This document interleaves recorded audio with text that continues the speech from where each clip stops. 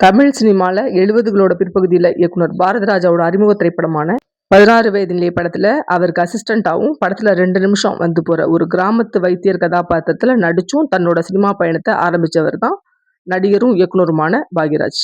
அதே காலகட்டத்துல சினிமால தனக்கு நடிக்கிறதுக்கு ஏதாவது வாய்ப்பு கிடைக்குமா அப்படின்னு வாய்ப்புகள் தேடி அலைஞ்சுக்கிட்டு இருந்தவர் தான் விஜயராஜ் அப்படிங்கிற இயற்பெயர் கொண்ட நடிகர் விஜயகாந்த் அவர்கள்.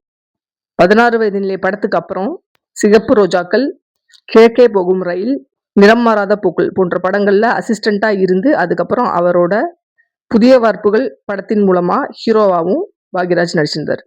1979ல ஒரு தமிழ் நியூ இயர் அன்னைக்கு வெளியான புதிய வார்ப்புகள் படம் பெரிய வெற்றி அடைஞ்சிருந்த நிலையில அதே வருஷம் செப்டம்பர் மாதம் இயக்குனர் பி.வி. பாலகுரு இயக்கத்துல ஸ்ரீ அம்மன் கிரியேஷன்ஸ் சார்பில் தயாரிச்ச கன்னி பருவத்திலே அப்படிங்கிற படத்துக்கு திரைக்கதை எழுதி கொடுத்ததோட அதே படத்துல வில்லனாவும் நடிச்சிருந்தாரு நடிகர் பாக்யராஜ்.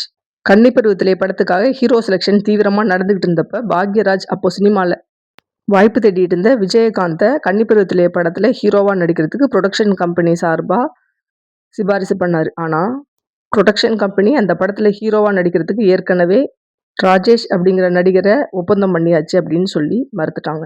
அதனால கன்னி பருவத்திலே படத்துல விஜயகாந்த் ஹீரோவா அறிமுகமாகிற வாய்ப்பு விஜயகாந்தோட கையை விட்டு போயிடுச்சு. அது மட்டும் இல்லாம கன்னி பருவத்திலே படத்துல வில்லனா நடிச்சுக்கிட்டு இருந்த வேற ஒரு நடிகருக்கு பாக்யராஜ் நடிப்பு சொல்லி கொடுத்துட்டு இருந்ததை பார்த்த பாரதிராஜா நீயே அந்த வில்லன் கேரக்டரை நடி அப்படின்னு சொல்லிட்டாரு. கன்னி பருவத்திலே படத்துல பாக்யராஜ் பேசியிருந்த வசனங்களும் அவரோட பாடி லாங்குவேஜும் பார்த்த ரசிகர்களை பெரிய அளவுக்கு கவர்ந்துச்சு. 1979ல வெளியான கன்னி பருவத்திலே அப்படிங்கிற படம் பெரிய அளவுக்கு வெற்றி அடைஞ்சிச்சு. இந்த வீடியோ உங்களுக்கு பிடிச்சிருந்தா லைக் பண்ணுங்க, ஷேர் பண்ணுங்க, சப்ஸ்கிரைப் பண்ணுங்க. நன்றி.